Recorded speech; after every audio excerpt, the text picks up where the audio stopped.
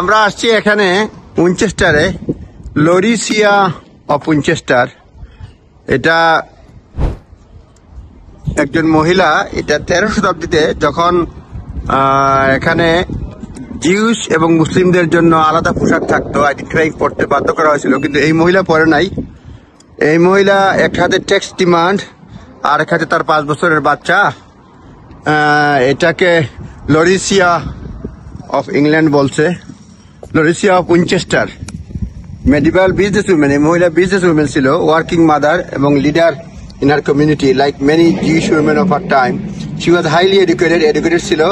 This enabled her to succeed in men's world despite prejudice. She paid a major levy towards the building of Winchester Abbey. অনেক পয়সা দিয়েছে, ধনাঢ্য মহিলা ব্যবসায়ী ছিল 13 শতাব্দীতে। এখানে উইনচেস্টার এবি নির্মাণ করে সে হেল্প করছে, ফাইন্যান্সিয়ালি বিভিন্ন প্রজেক্টে হেল্প করছে। Jewish community suffered severe religious persecution and prejudice from that time. That time still linger today, এখনো আছে।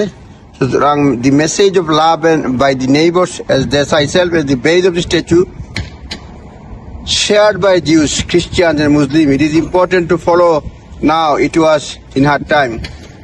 1250 সালে এই মহিলা, a widowed single mother, is seen striding towards her home in the road. She is wearing clothes of prosperous women in the linen headdress. 13 শতাব্দীতে তখন ধনাঢ্য বিজনেসম্যানের এই পোশাক ছিল।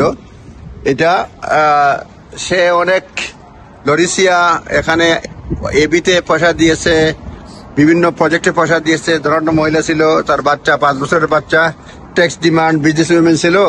এটা আপনাদের সঙ্গে শেয়ার করলাম।